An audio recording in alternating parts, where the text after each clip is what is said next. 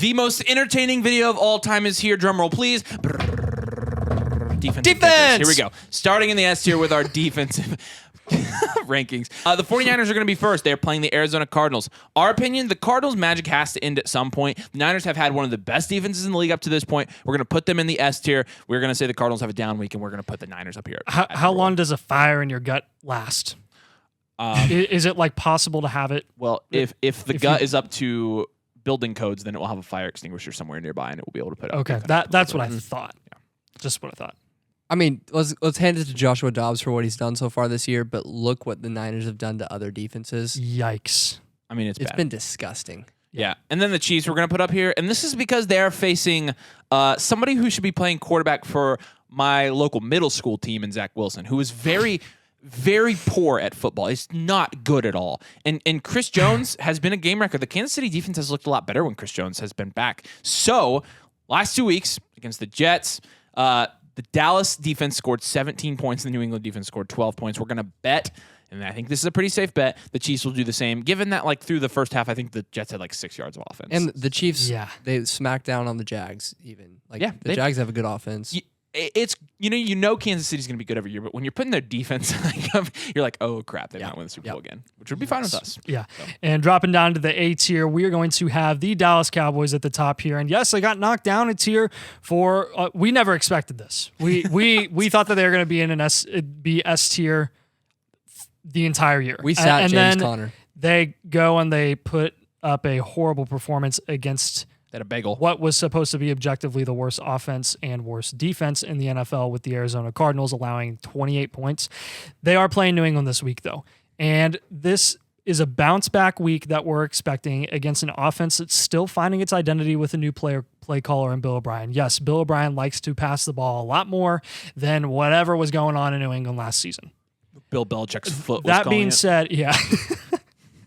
That being said, New England had a really, really poor performance against another very talented defense in the Jets in week 3. And I think Dallas is going to make it tough for New England's offense again. Trayvon Diggs' loss is a massive blow, which is honestly why the Cowboys aren't in the S tier again. We have to see, after a really poor performance and no Trayvon Diggs, how the Cowboys defense is going to respond. Last 3 weeks against the Patriots, Philadelphia has put up 14 points, Miami put up 12, and the Jets had 0 points, but they held New England to 15 points. So Dallas is going to be able to force a lot more turnovers, and they're more capable because they have a more capable offense too that will help them kind of get a breather between possessions. You just spent a whole minute talking about a defense. I'm proud The of you. Patriots next. So same game here. We're going to stay here in Dallas, and it's going to be the Patriots playing the Dallas offense. Same thing. Dallas's offense, terrible. They were terrible against the Cardinals. Like bench warmer level defense in the Cardinals. Major red flags, obviously, but something that we're kind of going to expect another bounce back week. Tough start in fantasy for the Patriots, but we like how they line up against Dallas this week. We just do. So Saints are going to be last here, and they are playing the Tampa Bay Buccaneers. It's time to respect the Saints defense at this point, and they've given Tampa Bay grief for years, and that was with Tom Brady at quarterback. So when you're looking at 2020, the Saints defense put up 17 and 16 points against Tampa Bay, 13 and 14 in 2021, and then 6 and 6 in 2022.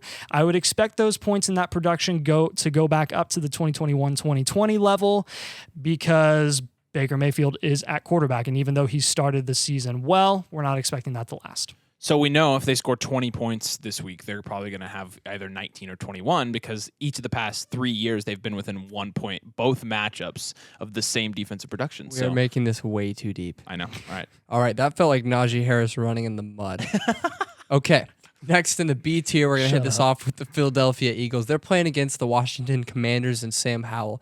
And I'm sorry, that's just not a good look. I mean, you look at Brian Robinson, who's an inefficient back in his career so far. He's had a good year, right? But the Eagles have the number 1 run defense right now in the league.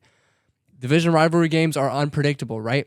The last 3 games in the division that Washington played, Arizona scored 23 points against them.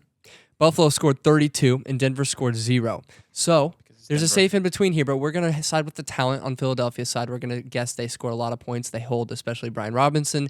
keep him to a low efficiency, and Sam Howell is going to struggle against this secondary. Yeah, the only reason they're not in a higher tier is because, again, division rivals. Yep. We have Steelers playing Houston here, and honestly, this could be a toss-up with how well C.J. Stroud has been playing.